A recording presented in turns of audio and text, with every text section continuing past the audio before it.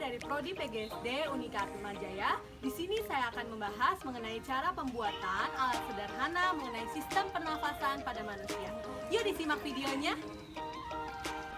Oke teman-teman, di sini saya akan menjelaskan tujuan dari percobaan ini. Yang pastinya tujuannya adalah lebih memahami proses pernapasan pada manusia menggunakan model yang lebih sederhana yang nanti akan kita buat. Nah, selanjutnya saya akan menunjukkan bagaimana cara pembuatannya. Sebelumnya saya akan menjelaskan sistem pernapasan manusia. Nah, sistem pernapasan manusia adalah sekumpulan organ yang terlibat dalam proses pertukaran gas oksigen dan karbon dioksida dalam darah. Nah, setelah ini kita akan nonton bagaimana alat, bahan, dan cara pembuatannya. Disimak baik-baik ya teman-teman.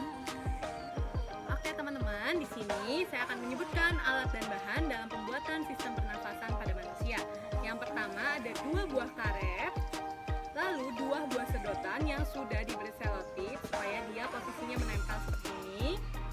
Lalu ada juga gunting, ada juga selotip atau isolasi. Nah, di sini juga ada botol dari setengah botol dari 1,5 liter yang full. Nah, nanti kita potong lalu kita lapisin dengan balon. Lalu ada plastisit dan yang terakhir ada balon yang dibutuhkan sebanyak 3 buah. Oke, pertama-tama 2 buah sedotan tadi kita rekatkan menggunakan selotip menjadi seperti ini ya. Lalu kita ikatkan 2 buah balon ya menggunakan karet ya, bisa dilihat jadinya seperti ini. Oke, kita lanjut lagi. Tadi botol yang sudah kita potong kita tempel atau kita lapisi menggunakan balon juga yang sudah kita robek ya teman-teman sekalian. Nah, jadinya seperti ini. Oke, setelah itu tutup botolnya kita lubangi. Gunanya untuk apa? Nanti gunanya untuk memasukkan si sedotannya ini. Oke, jadi seperti ini. Oke. Sekarang kita masukkan dulu balonnya ke dalam si botol. Oke, kita bengkokkan dulu sebelumnya. Bentar ya.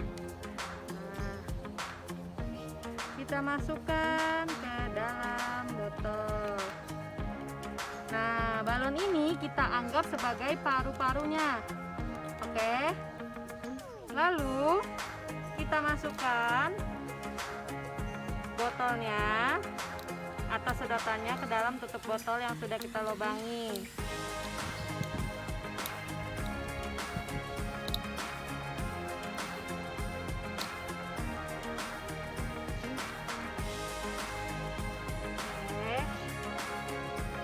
Kita tutup.